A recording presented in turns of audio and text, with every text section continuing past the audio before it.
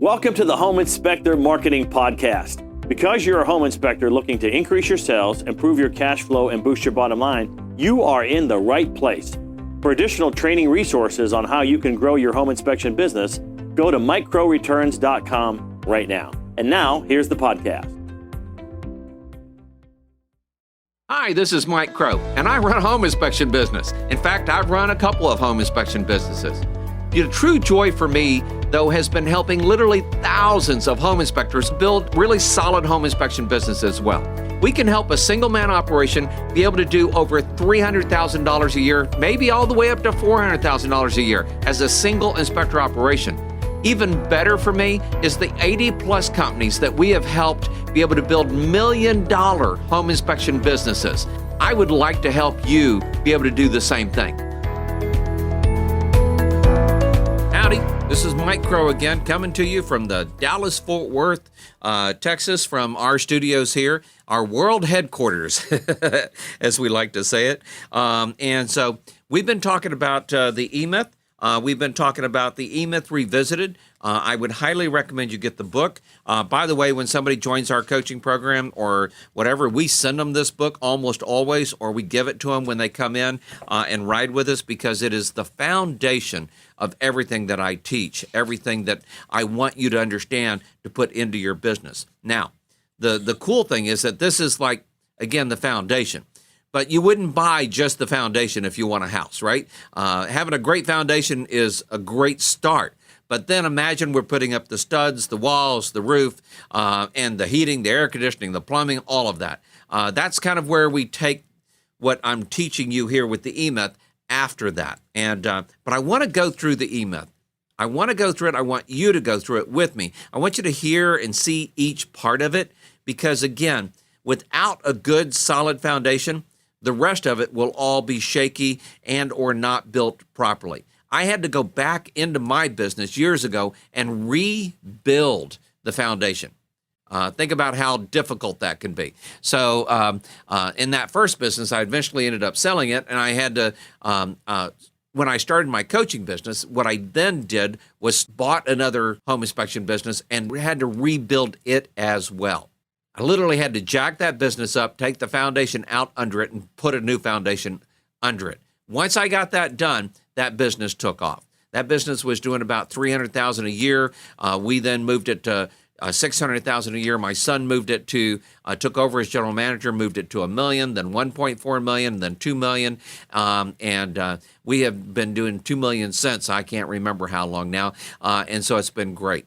And we use that business. We use that business as a prototype. And I told you, you're going to start hearing the word prototype a lot, because having a prototype, having a blueprint, having a roadmap is one of the keys to being successful. And so we built our home inspection company as the prototype. Here's the cool thing is, I have friends now all across North America where I could pick up the phone and say, hey, can so-and-so come ride with you? Because they have their business built very similar to ours, and so therefore it's a prototype as well. And I will tell you, for instance, if you walked into a McDonald's in Texas and then walked into a McDonald's in Hawaii, they'd be really similar, but there'd be some interesting differences. I'm going to tell you, I have been to Israel, I have been to Australia, and you have McDonald's in all of these other countries, but they're different. But they're strangely similar as well, because they were all built off the prototype. So we are talking in Chapter 8, and Chapter 8 is called the Franchise Prototype. So we talked about in 1983, going way back, all right, the franchises reported a success of 97% of businesses that started that used a franchise model or used a prototype to build their business off of, to the contrast of over 50+% of businesses failing within their first year. Okay. And then, by the way, where 80% of all businesses fail in the first 5 years, and 96% of franchises continue to go on and succeed. So think about that. It's one of the reasons people buy franchises. But here's the good news. We are the unfranchised model. You don't have to pay us what you would pay for a franchise up front, which could be anywhere from $10,000 and $50,000. Seems kind of like the going mark for a lot of franchise models right now, $50,000, and then paying them, anywhere from 6% to 10% per month of your gross revenue. We don't do that. What we do is we show you the prototype, we show you how to set it up. Yes, there's a little cost involved in that, but nothing like what you would have a franchise, and nothing long-term where you could do that. And people come sometimes and say, Mike, well, I'll give you 10%. I go, yes, you would for about 3 years, and then you'd be madder than hops that you were doing that, because I'm going to show you how to do it. In 3 years, you're going to have a business that runs itself. Because if you build the business just like I do, just like my prototype, within 3 years, the business will be darn near running itself in so many ways. All right. So the franchise prototype is a place where all assumptions are put to the test to see how well they work. So here's what I want you to understand. Our franchise prototype, our business where we test things over and over and over again to see if they're successful. See, most people don't know this, but even in McDonald's, there are certain restaurants that they use like a prototype. So, for instance, it used to be that a lot of religious people did not eat meat on Fridays, but they could eat fish, all right? And so the question is, what could we sell those people? And McDonald's said, what could we sell those people instead of that? So one of the things they tested was pineapple burgers. It failed miserably.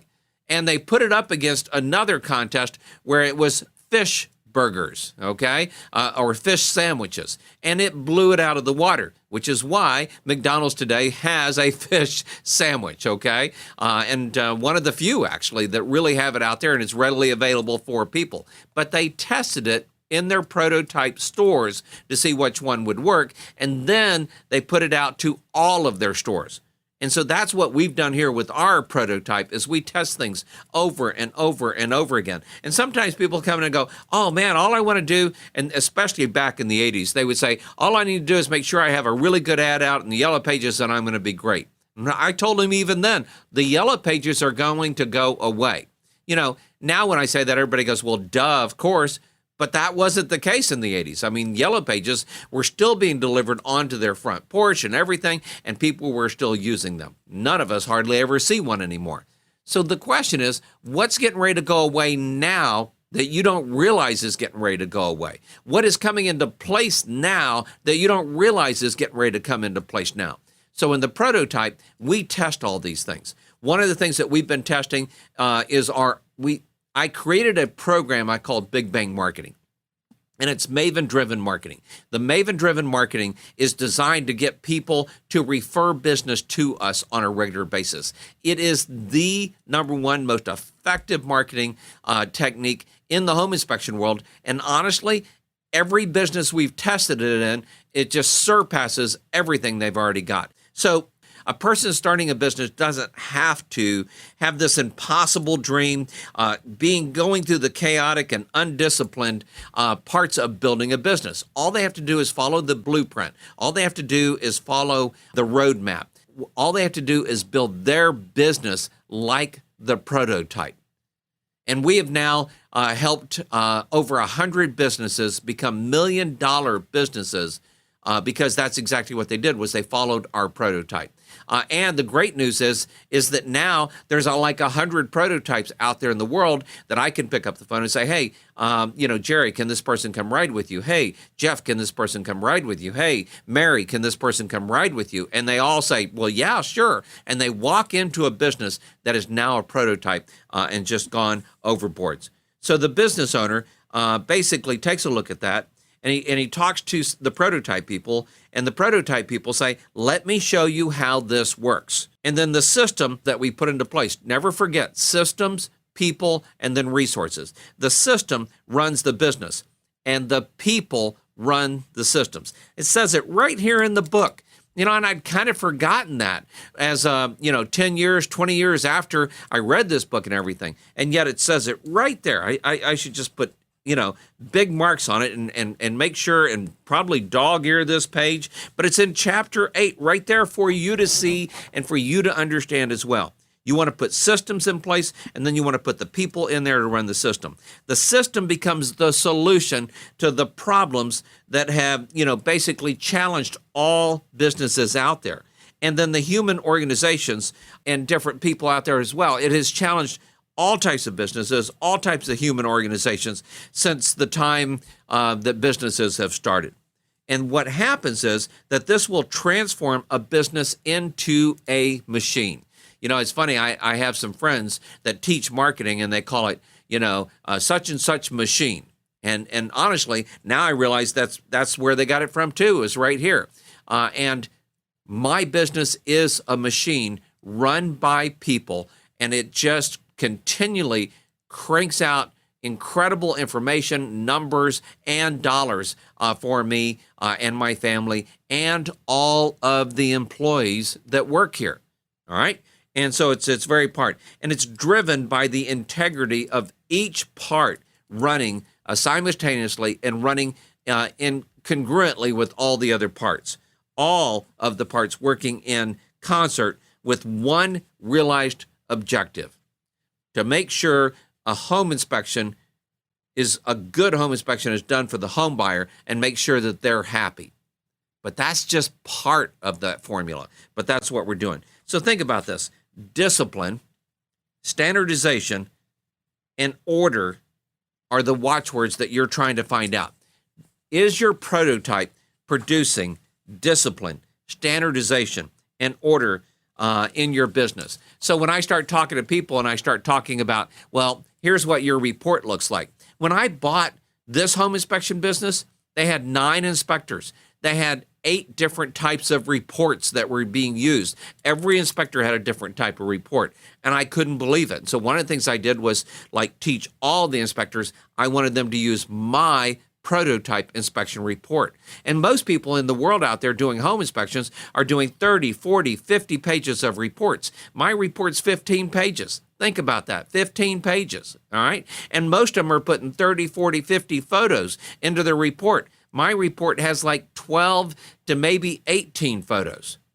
And it's a system, and it brings about the discipline, the standardization, and the order of what I want every single one of my inspectors doing out in the field. Now, here's what I'm going to tell you is, if you want your reports to be 30 pages, that's great too. Just make sure all of your inspectors are doing exactly the same report. If you want 100 photos, I don't recommend it, but if you want it and you think that's what you want in your report, make sure all of your inspectors are doing that. Make sure that you have standardization across the board.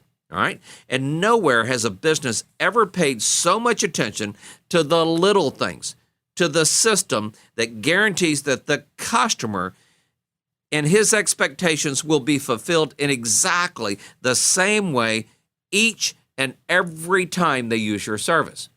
So what happens is, if you go into a business and the first time you have this great experience, but the next time you go in, they don't do part 3, 5, and 7, but you get everything else, you start going, well, what happened to 3, 5, and 7?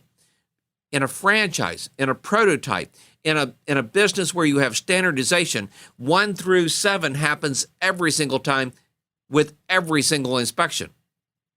And that's the big part of making sure that you're building it when you're building those systems. So everybody does that. We have a 17-part, actually I think it's an 18-part introduction now, and every single inspector does exactly the same introduction on every single inspection. Do they say it exactly the same way? No. We don't ask them to memorize it, but we do want to make sure that they say certain key phrases throughout every single one. And so once the business person learns that system, and then he basically has been given the key to how to build a business of his own on systems. And that's what we're helping people do. Build their own business, but build it on successful systems that have been proven over time. And of course, we call that, it's called in the world a turnkey operation. And the franchisee or the business owner who buys that business model, he learns to run it, and then basically he gets in the car, he turns the key, and the business does the rest. The car does the rest. Do you have to change gears? Do you have to turn blinkers on? Of course you do. But you have rules for all of that when you're building the right kind of business. So here's something you need to know. The system isn't something you bring to the business. It's something you derive from the process of building the business. The system isn't something you bring to the business. It's something you derive from the process of building the business. Here's the good news is we've already done all of that. And if you go study other successful models, they've already done all of that as well. Just be careful, because if you go study another single man operation, and I have personally for over the last 20 years, they look like they have systems on the surface, but within asking like 3 questions, I realized they don't have any systems, okay? And sometimes it can be about numbers, what's your routine going through the inspection? And they go, well, it depends on the house. They don't have a system. If I say, what was your gross revenue last year? How many inspections did you do last year? What was your average price per inspection? And they say, oh, my average price was $300 to $400. They don't have a system. That's not an average price. That's a ballpark, okay, price. So usually within asking 3 or 4 questions, I begin to realize that they're not running a system. They do have a business, but more likely what they have is a job, and they're winging it. They don't think they're winging it, but that's exactly what they're doing, because it's not in writing. They can't teach it to somebody else and have that person produce exactly the same results that they have. So the business owner, or the prototype in this case, all right, is the answer to that perpetual question. How do I give my customer, in this case, the client and the maven, because that's where I differ in how I teach business, is that you have a client and a customer. They are not the same. You have a client and a maven and or a customer, in my way I look at it, is people that refer business to you. Okay, that's why you'll hear me say maven-driven business, people that are referring business to us over and over again. How do I give my client and my maven what they want, while at the same time I maintain control of the business that's giving it, basically giving to the other person that wants to make sure that they're running a proper business as well. All right, so the franchise prototype is the answer. Having a prototype to study is the answer. It's that balanced model that will satisfy all 3 parts that we talked about earlier in earlier podcast, okay? Which is the entrepreneur, the manager, and the technician. And now you're building it so that all at once they're balanced. And you can make each and every one of those parts work for you. So how do you build a business that works predictably, effortlessly, and profitably each and every day? You build it off of a prototype of one that's doing exactly that. Now, there are about 100 home inspections across the nation that are doing over $1 million. Some are doing it like prototypes, and some are not. Most of them that are $1 million are, just so you know. You need to be looking for one of those. And hopefully you can find one that you're not in the same area with, because they don't want to teach their competition. Find somebody that's outside your area that you want to build your business in. And if you've been a single man operation for years, great. There's nothing wrong with that. You can stay that. We can teach you how to, do $300,000 to $400,000 a year. But if you want to build $1 million company, why don't you look at one that's set up to teach you exactly that? It's kind of funny because years ago, I went and took a look at some different factories, and Hershey's is a great example. Hershey's has a prototype business model set up so that people can see it. Now, theirs is kind of make-believe, but imagine you could see the real things and see exactly how it worked from start to finish. And how does what do we do to make the phone ring? How does the phone call go? And then how do we do the inspection? And then how do we do the report? And then how is the report delivered to the person? How do we get paid inside that model? And then how do we use that money to be distributed by percentages to different parts of our company so that it grows properly? How much do you pay an inspector, or the client coordinator, the person that answers the phone, or the marketing person, or your managers? We know those answers. And one of the things we find is that most people are guessing at those answers, and they guess too much, and it ruins the model before they've even got started. This is why you want to have a prototype you can study. Well, this is Mike Crow, and I will tell you that I enjoy having a prototype. I enjoy having other people come look at our prototype. I hope you'll join us. I hope you will come do that as well. Take a look at the Facebook page here. Take a look at our podcast page. You can see how to contact us and see how we can show you how to do or how to build your business like a prototype or a system as well. Be successful, guys, and be around those that are successful, because everything gets easier, faster, and as he puts here, more predictable, more effortless, and more profitable every single day. Talk to you again soon. Bye-bye.